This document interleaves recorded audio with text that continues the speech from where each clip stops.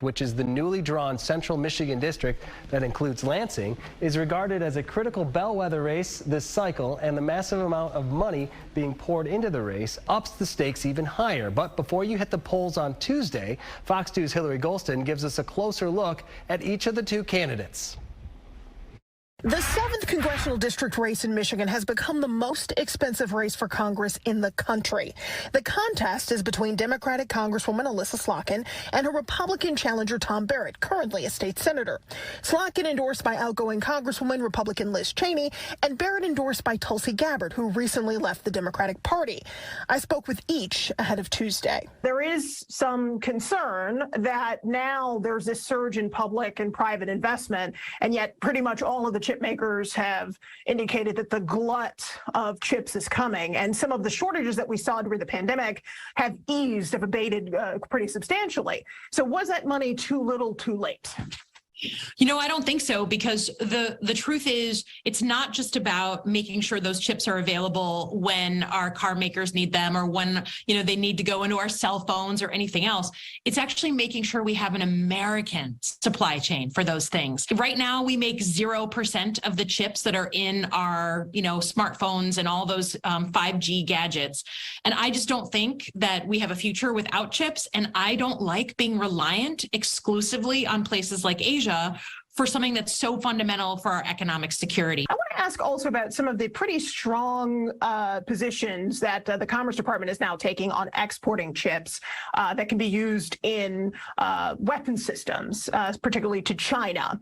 There is some concern that, that may be too tough of a stance. Do you think that's too far? Do you think it goes far enough?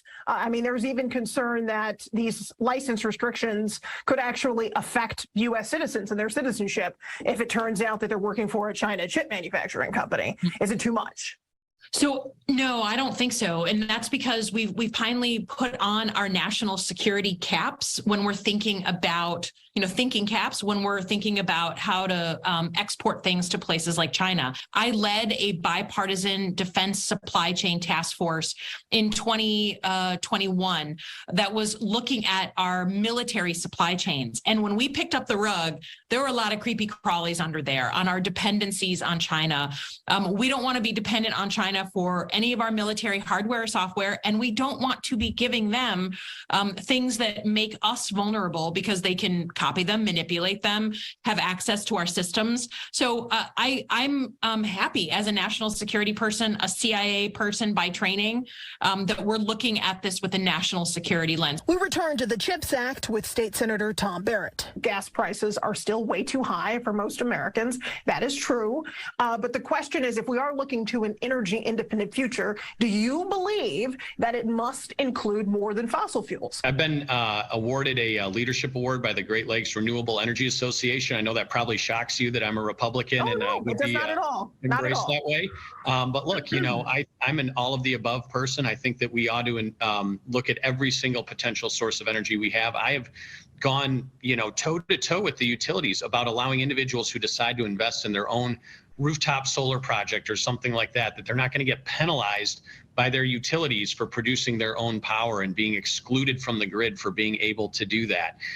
I'm a free market person. If people want to invest in that ought to be their right to be able to do that without being penalized by the utilities or by the government for that. But listen, at the end of the day, we're not going to move off of fossil fuels by tomorrow or next week or next year. This is a fundamental part of what we need to do to keep our economy moving and to keep Americans able to heat their own homes and able to live a quality of life.